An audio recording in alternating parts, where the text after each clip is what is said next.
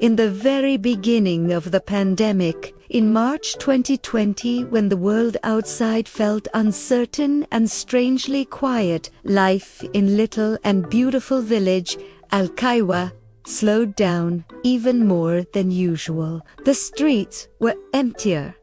The market buzzed less, but behind the fences and hedges of one small house, something peaceful and alive continued to grow. Odi and Rama lived there with their 4-year-old child, a curious and energetic little soul who ran barefoot through the grass and laughed at the smallest things. Their home was big but simple and filled with warmth, patience, and love that could be felt in every corner of their wonderful little isolated world. In front of their land lay a small flower garden, carefully arranged with stones, smooth pathways, and gentle plants that seemed to invite calm rather than hurry. At its entrance, a wooden sign read in neat letters, Zen Garden.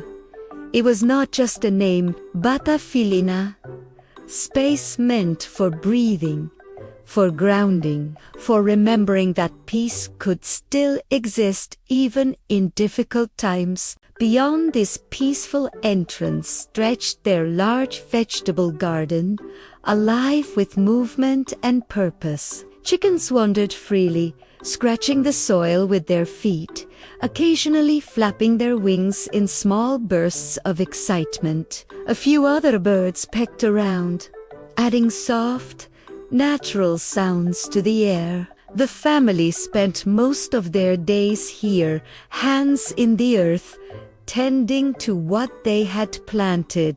Odi worked carefully, digging small rows, placing seeds with patience, and explaining to his child how life grows from something tiny into something nourishing. Rama knelt beside him, watering plants gently, adjusting the soil, and speaking softly to the growing vegetables, as if they could hear her gratitude. Their child mimicked them with a tiny watering can, taking the task very seriously, even if half the water ended up on their own clothes. As days passed, small green sprouts began to appear, pushing through the soil like promises of a better tomorrow. Fruit trees stood nearby, already bearing blossoms that hinted at the harvest to come. The family watched everything with quiet pride, knowing that they were creating something meaningful together. When evening arrived,